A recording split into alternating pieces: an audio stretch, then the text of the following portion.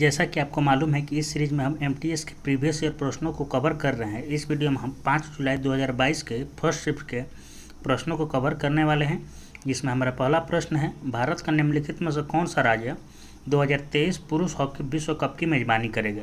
तो 2023 में पुरुष हॉकी विश्व कप की मेज़बानी कौन सा राज्य करेगा, तो ये करेगा उड़ीसा। और इसके विजेता के बारे में बात करें तो विजेता रहा है जर्मनी, उप विजेता रहा है बेल्जियम और स्थान है बिरसा मुंडा स्टेडियम में खेला गया है।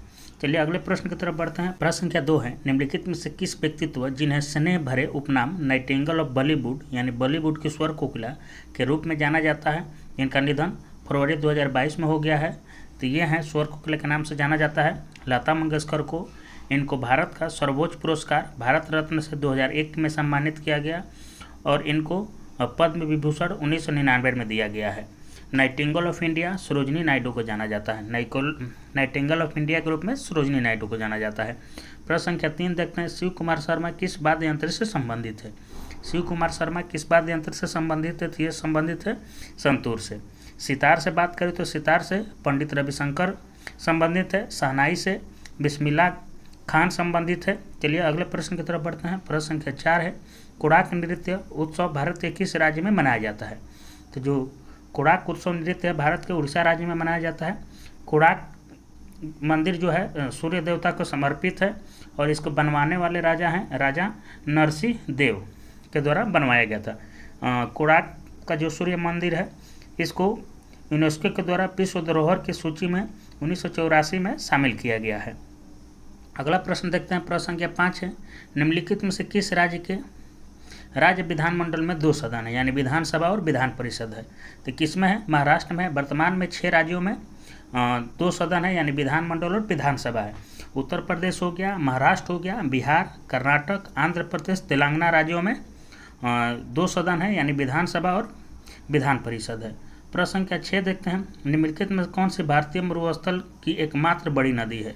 तो भारतीय मरुस्थल की एकमात्र बड़ी नदी कौन सी है, तो ये हो जाएगा लूनी नदी जो राजस्थान में बहती है।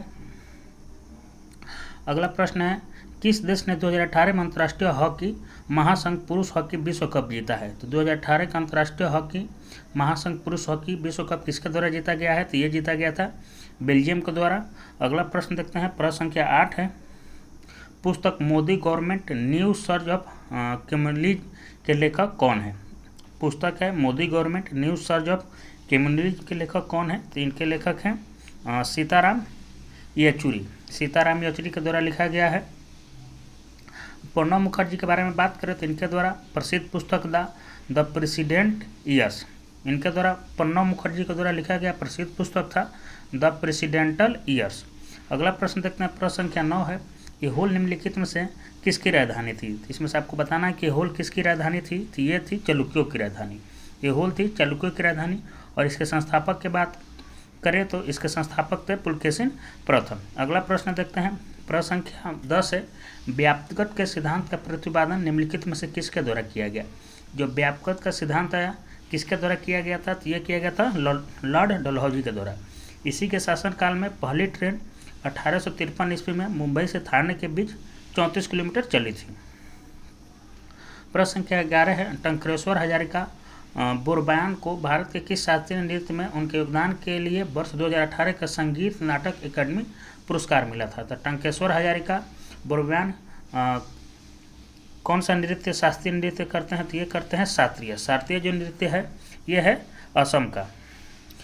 कुचिपुड़ी यामिनी कृष्णमूर्ति के द्वारा किया जाता है। कथक बिरजू महाराज के द्वारा किया जाता है। अगला प्रश्न देखते हैं। 12, भारत सरकार ने किस विभाग ने अप्रैल 2022 में वन हेल्थ प्रायोगिक परियोजना, जिसको हम लोग पायलट प्रोजेक्ट के नाम से भी जानते हैं, शुरू किया गया है। तो ये शुरू किया गया है पशुपालन और डेयरी विभाग। अगला प्रश्न देखते हैं। प्रश्न संख्या 13 है, निम्नलिखित में कौन सा कृत्रिम पारिस्थितिकी तंत्र का उदाहरण है, यानी कौन सा ऐसा पारिस्थितिकी तंत्र है जो मानवों के द्वारा बनाया गया है। तो बगीचा कृत्रिम पारिस्थितिकी तंत्र का उदाहरण हो जाएगा। प्रश्न संख्या 14 है, निम्नलिखित में से कौन सा पदार्थ पानी में अघुलनशील है। तो कौन इसमें से अघुलनशील है जो पानी में नहीं घुलेगा, तो चाक पाउडर जो है पानी में नहीं घुलेगा। प्रश्न संख्या 15 है, मार्च 2022 तक भारतीय संविधान में भारतीय नागरिकों के लिए कितने मौलिक कर्तव्य हैं। तो ये 11 है। जब मौलिक कर्तव्यों को लाया गया उस समय मौलिक कर्तव्यों की संख्या 10 थी। 42वां संविधान संशोधन 1976 के द्वारा मौलिक कर्तव्यों को जोड़ा गया। अगला प्रश्न देखते हैं, प्रश्न संख्या 16 है। भारत के किस बौद्ध स्थल पर गौतम बुद्ध ने सबसे पहले धर्म का उपदेश दिया था? तो सबसे पहले कहाँ दिया था? तो सारनाथ में सबसे पहले दिया गया था इनके द्वारा धर्म का उपदेश। कुशीनगर में इनको महापरिनिर्वाण प्राप्त हुआ, यानी वहाँ उनकी मृत्यु हुई थी। गया में इनको ज्ञान की प्राप्ति हुई थी। प्रश्न संख्या 17, 1846 में ब्रिटिश साम्राज्य और देश के बीच लाहौर की संधि पर हस्ताक्षर किए गए थे। तो ब्रिटिश साम्राज्य और लाहौर के बीच संधि पर हस्ताक्षर किए गए थे महाराजा दलीप सिंह के द्वारा।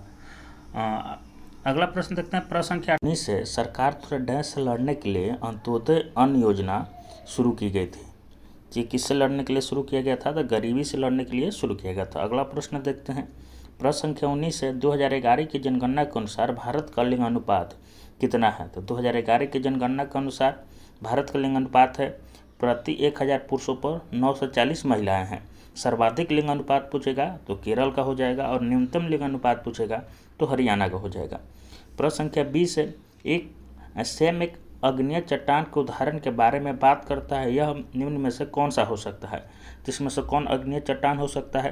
तो बेसाल्ट एक अग्नेय चट्टान है, बलुआ पत्थर अवसादी चट्टान हो जाता है, चूना पत्थर भी अवसादी चट्टान में आता है, और संगमरमर आता है रूपांतरित चट्टान में।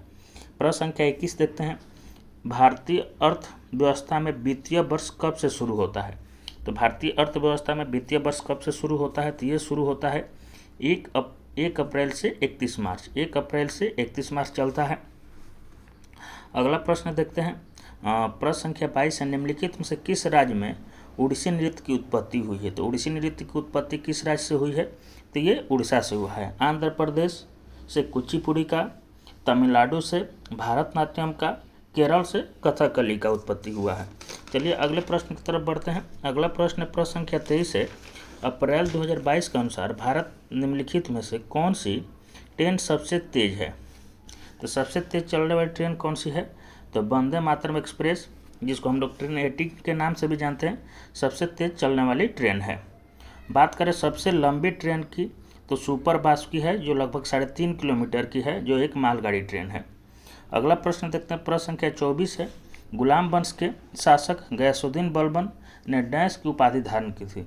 तो गयासुद्दीन बलबन के द्वारा कौन सा उपाधि धारण किया गया था? तो ये किया गया था जिल इलाई, यानी ईश्वर की छाया की उपाधि धारण किया गया था। गुलाम वंश के संस्थापक हो गए कुतुबुद्दीन ऐबक, और अंतिम शासक हो गए मोहम्मद कैकाबाद। गुलाम वंश के संस्थापक हो गए कुतुबुद्दीन ऐबक और अंतिम शासक हो गए मोहम्मद कैकाबाद। अगला प्रश्न देखते हैं, प्रश्न संख्या 25 है। बेकिंग सोडा का रासायनिक सूत्र क्या है? तो बेकिंग सोडा का रासायनिक सूत्र क्या होता है? तो NaHCO3 होता है बेकिंग सोडा का। और धुआं सोडा का रासायनिक सूत्र होता है Na2CO3। धुआं सोडा का रासायनिक सूत्र हो गया Na2CO3। इस वीडियो में बस इतना ही। मिलते हैं अगले वीडियो में। वीडियो देखने के लिए धन्यवाद।